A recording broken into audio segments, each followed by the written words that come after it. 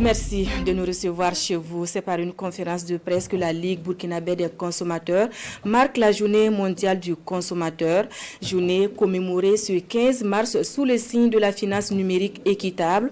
Elle donne l'occasion à la Ligue burkinabé des consommateurs de dénoncer la qualité et le coût des services numériques et d'appeler l'État à contenir les prix des produits de première nécessité. Le point de la conférence de presse avec Salif Belem et Draman Guéné. Dans leur viseur ce jour historique, les opérateurs de téléphonie. La journée mondiale du consommateur est célébrée sous fond de dénonciation de la mauvaise qualité des services rendus par les sociétés de téléphonie.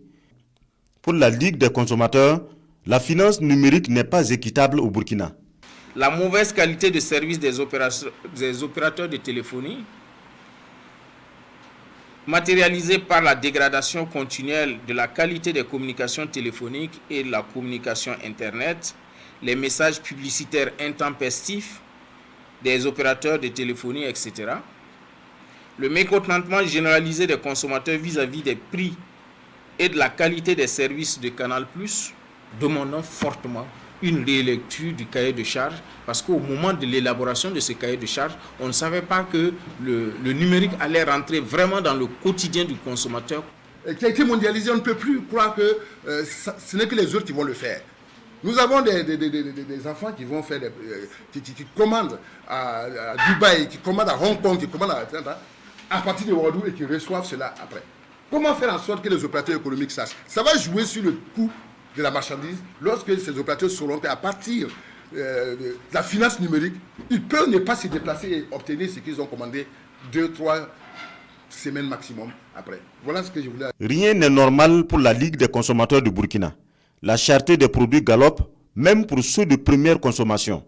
L'État est donc invité à durcir les contrôles. La hausse continuelle et généralisée du prix des produits de grande consommation, que ce sont le riz importé, qui passe pratiquement à 12 000 francs CFA pour le sac de 25 kg en ce moment, l'huile qui est à 1250 francs le litre, le sucre 750 à 800 francs le kilo, le maïs entre 25 000 et 27 000 francs CFA le sac de 100 kg, le haricot, les prix varient, mais la moyenne est de 1500 francs le plat dit Yoruba. Une crise alimentaire qui profile à l'horizon et l'indisponibilité des denrées de base dans certaines localités comme la boucle du Moun est vraiment inquiétante quand on sait que c'était le grenier.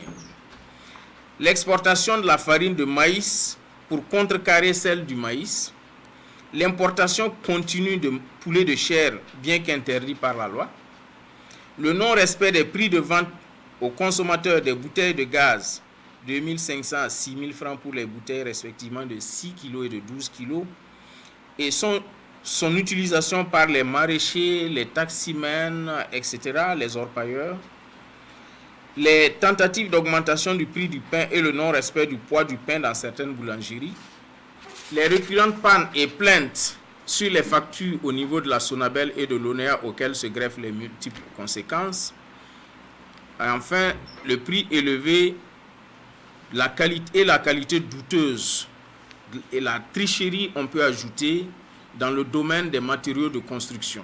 Pour la Ligue, le consommateur paye très souvent cher pour des produits de piètre qualité. Elle invite la population à rester vigilante et à dénoncer tout manquement aux droits du consommateur.